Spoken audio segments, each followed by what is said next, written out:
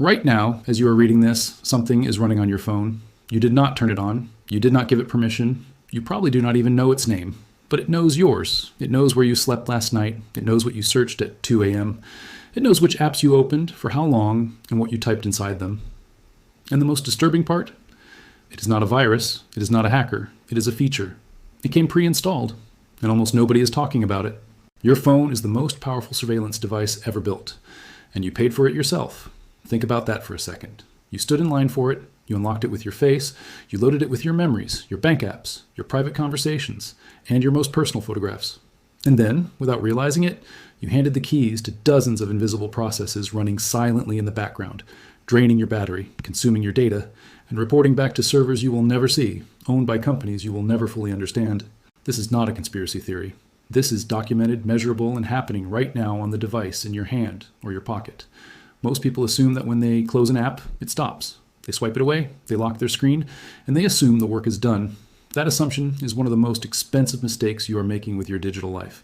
Because the moment you close that app and lock your screen, the real activity begins. Background processes wake up, location services ping, analytics engines fire, data packets leave your device and travel to remote servers, and your battery, which you charged overnight, begins to silently bleed out before you even pick up your phone in the morning.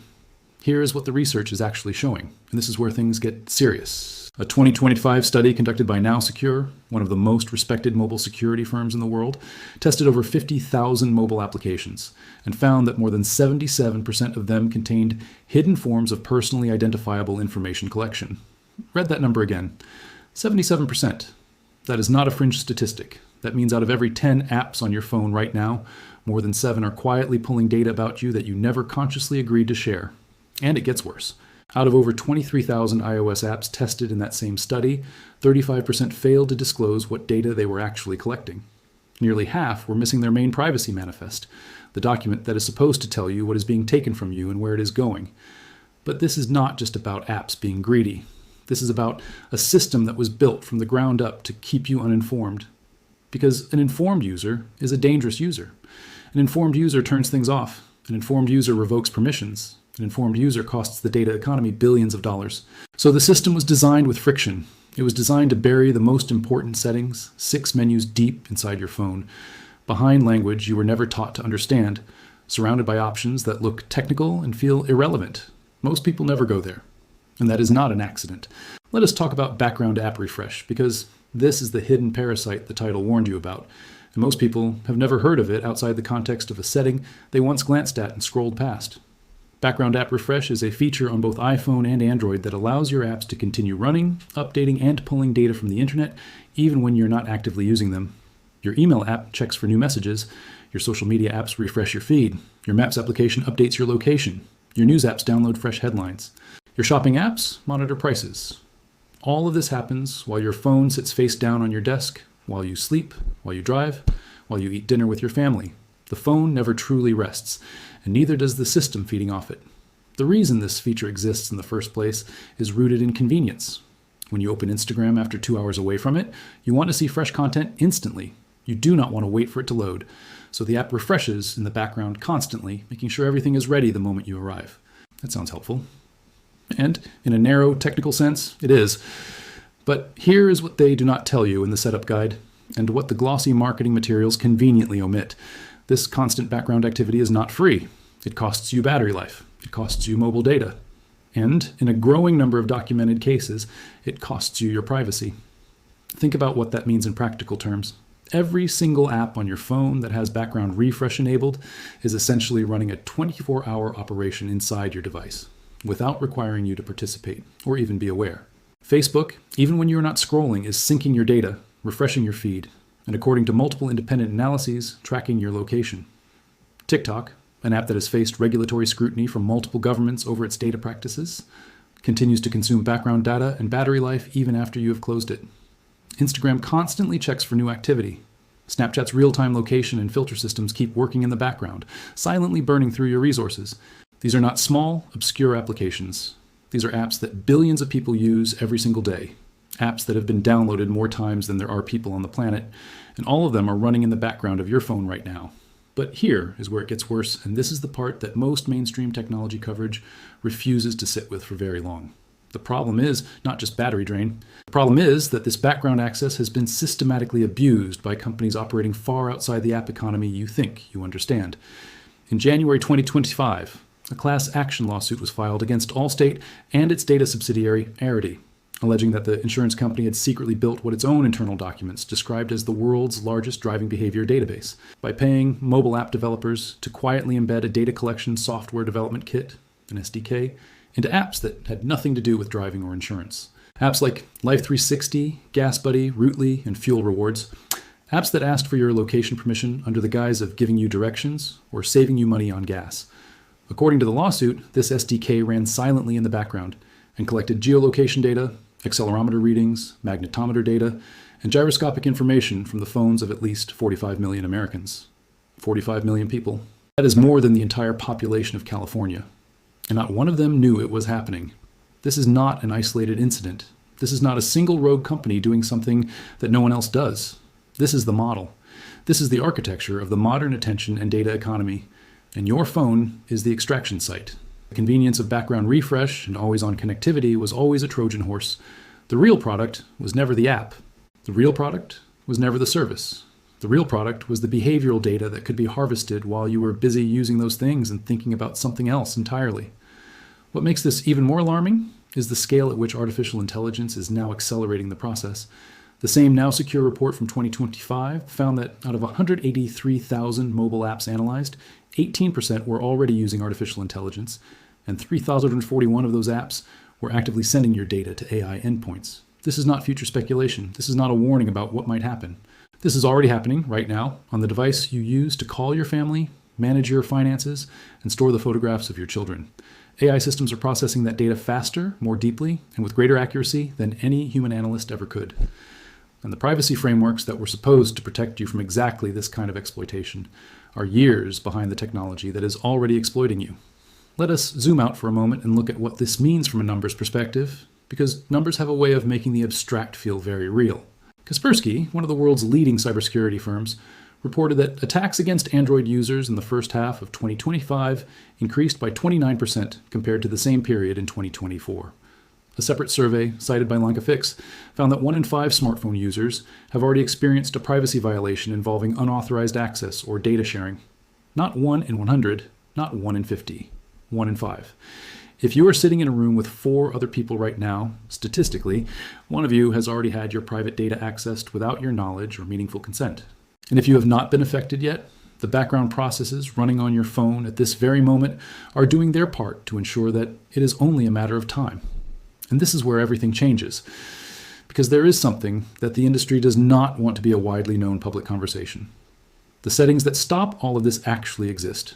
The tools to reclaim control of your device are right there inside your phone, buried but accessible.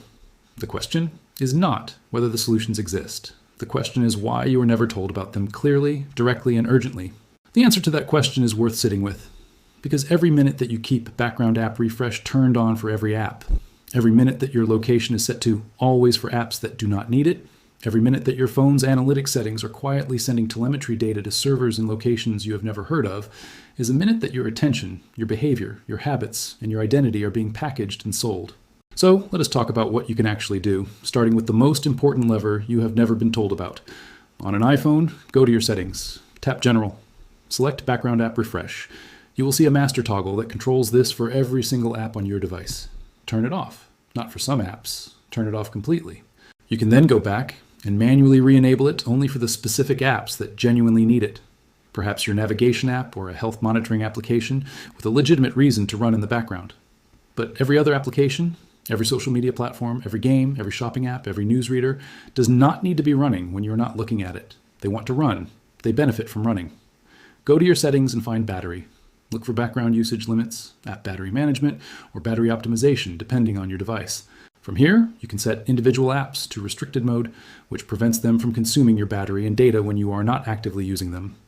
Samsung devices have an additional layer of control under device care that gives you granular management over which processes are allowed to operate in the background. These are not obscure developer settings. They are consumer tools that were added precisely because the background activity problem became impossible to ignore.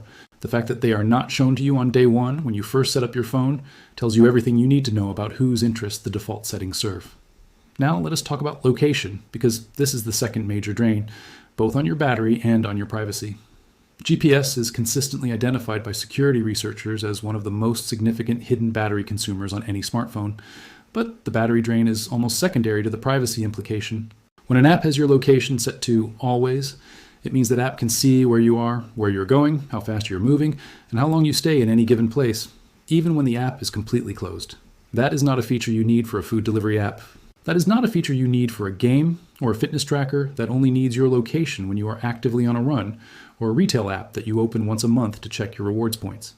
But all of those apps, if you installed them without carefully reading the permission prompts, and almost nobody reads those prompts by design, now have permanent access to your movements.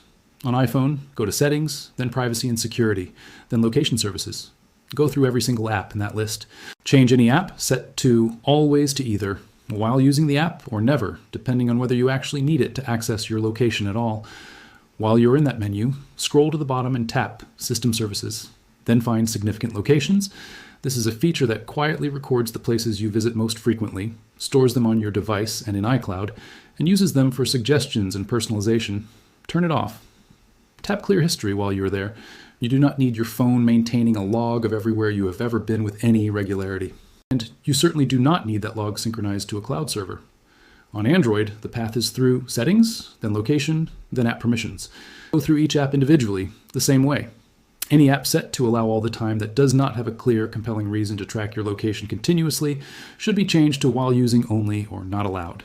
This single action, on both iPhone and Android, can extend your battery life measurably, and far more importantly, close a surveillance channel that you likely did not know was open. There's another layer to this that goes even deeper, and it involves the way your phone handles analytics data. Both Apple and Google collect behavioral and diagnostic information from your device by default.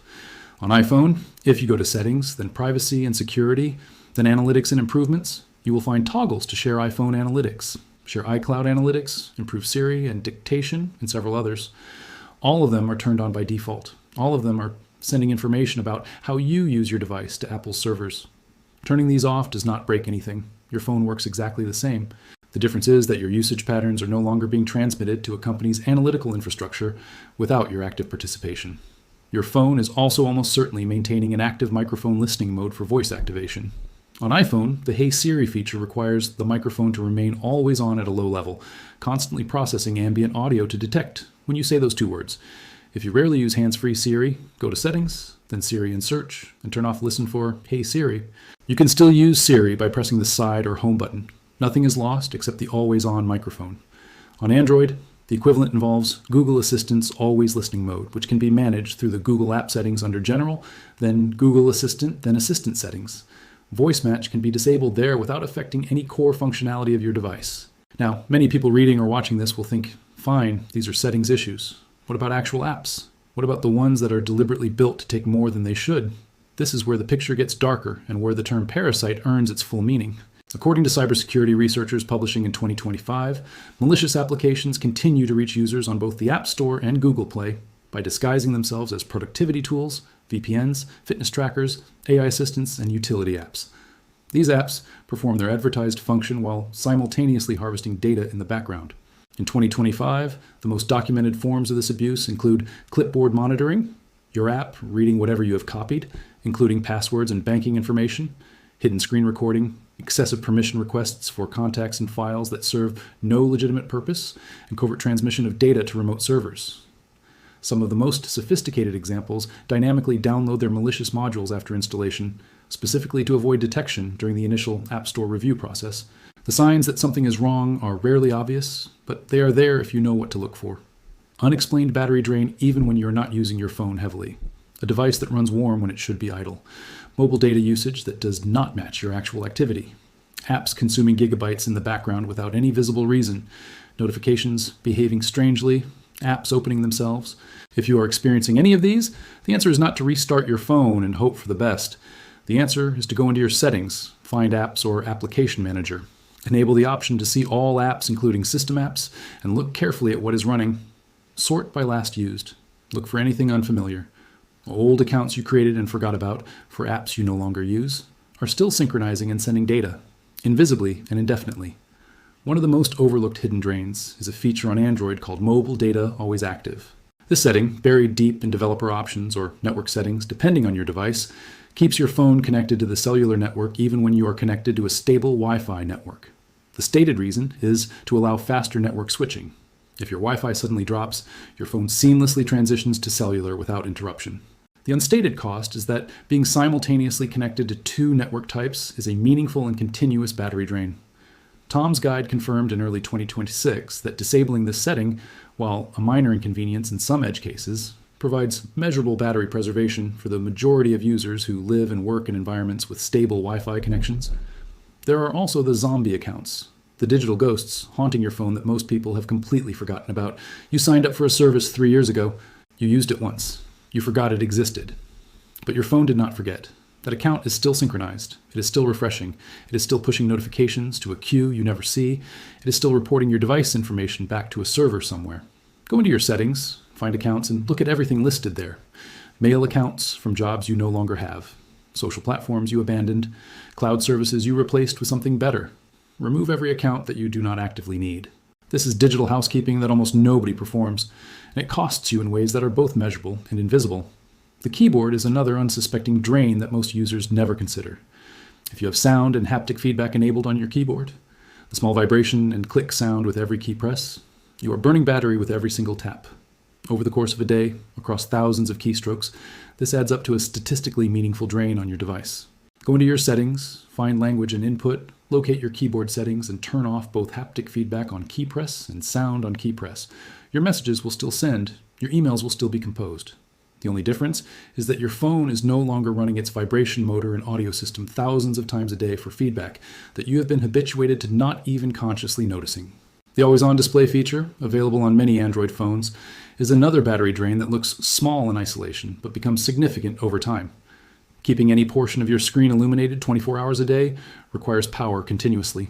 If you're not in a situation where you genuinely need to see the time or notification indicators at a glance without touching your phone, disabling always on display in your lock screen or display settings is a simple preservation step that costs you nothing practical.